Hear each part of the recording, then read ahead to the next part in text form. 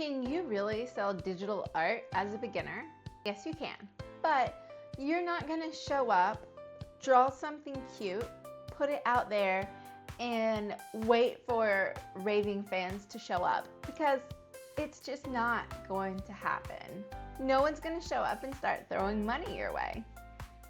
In this video, you're going to learn what actually sells, what's going to be easy for you to get started with and not stress the heck out as a beginner, and the easiest way to get started.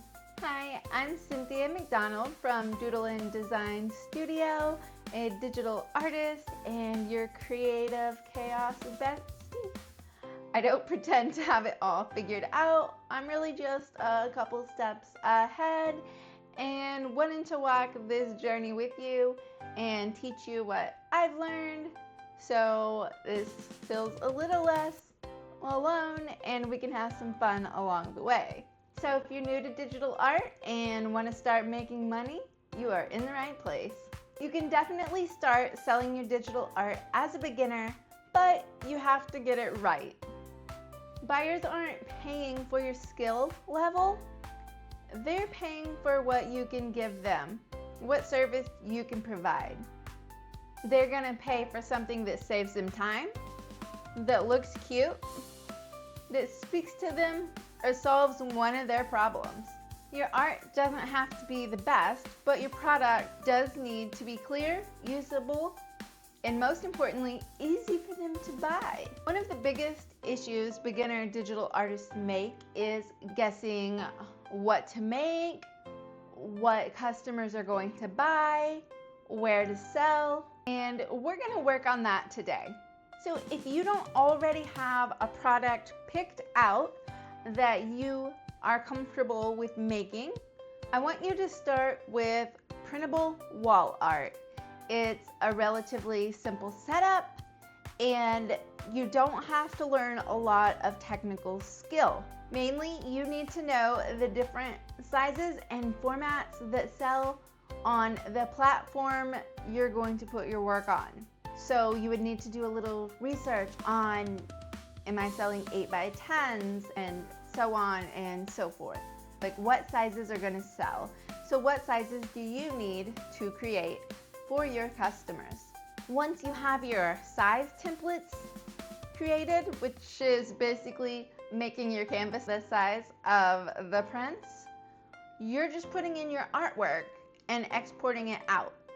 So that's really the simplest product you can start with. Like I said, unless you're already familiar with another product type, then by all means do that. Now that we have our product, we need to pick our theme. And let's make our theme easy. Something that we can recreate in our sleep. Something that's not gonna stress us out. Because I'm sure you already have a million things that you have to figure out from day-to-day basis. So something like coffee, foods, fitness, teachers, something that you already know about and are familiar with is gonna be the quickest win, because you're not having to go out and research and learn all about it. For instance, I'm kind of a fitness nerd. I've got my personal trainer certification. I've worked with several personal trainers. I've used personal trainers. I've been into nutrition since I was a kid. I played sports growing up. I know quite a bit about the theme already. I don't have to go out and do a ton of research before I can probably pick a product that resonates with that audience. So try not to start from scratch. Pick something you already know. You can be the customer, put yourself in their shoes, and design something that they would most likely want. So now that we have our product and our audience, I want you to think about working in sets.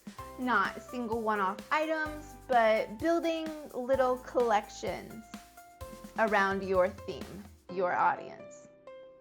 This is going to make your work look more cohesive. It's going to make that customer more likely to buy additional items that fit what they've already bought and what they're already interested in.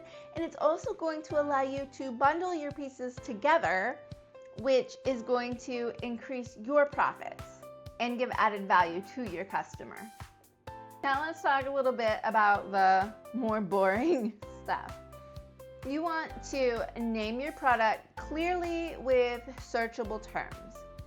So not something cutesy, something that makes sense that as a buyer, it could be typed into a search. So maybe if I was redoing my home gym, I would type in gym decor or cute gym wall art. You want your product images to help sell it. Show what your wall art would look like in someone's home. Make it look good. Get the sell with your images as well. And you want your buyers to be able to tell relatively quickly by looking at your image what you're selling and what they would get from your listing. You want to list your products where they can be easily found. So if you're just starting out, you really have Etsy is a great option if you don't have an audience and you're just learning. Most people already know about Etsy, and Etsy has a built-in search feature, and Etsy already has customers. For somewhere like Gumroad or Ko-Fi, you're really going to need to bring your own audience and have some people already wanting to buy your work. Of course, those are all online venues. You can also look into craft fairs, art markets, cons in your area. You would need to do research into that, but they can be a good way to get your name out there, start building confidence, start building a following, and really see what your market is actually interested in buying. Let's talk a little bit about having a beginner mindset. Your first products are not going to be your masterpiece. You're just starting out. You're a baby. You're learning the ropes. You're getting the practice in.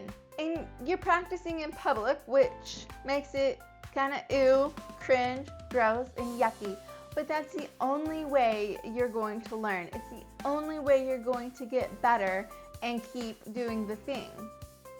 And trust me, I know my video skills definitely leave something to be desired. I am trying, I promise. But you need to start before you're ready so you can start getting better and start finding out what works and improving.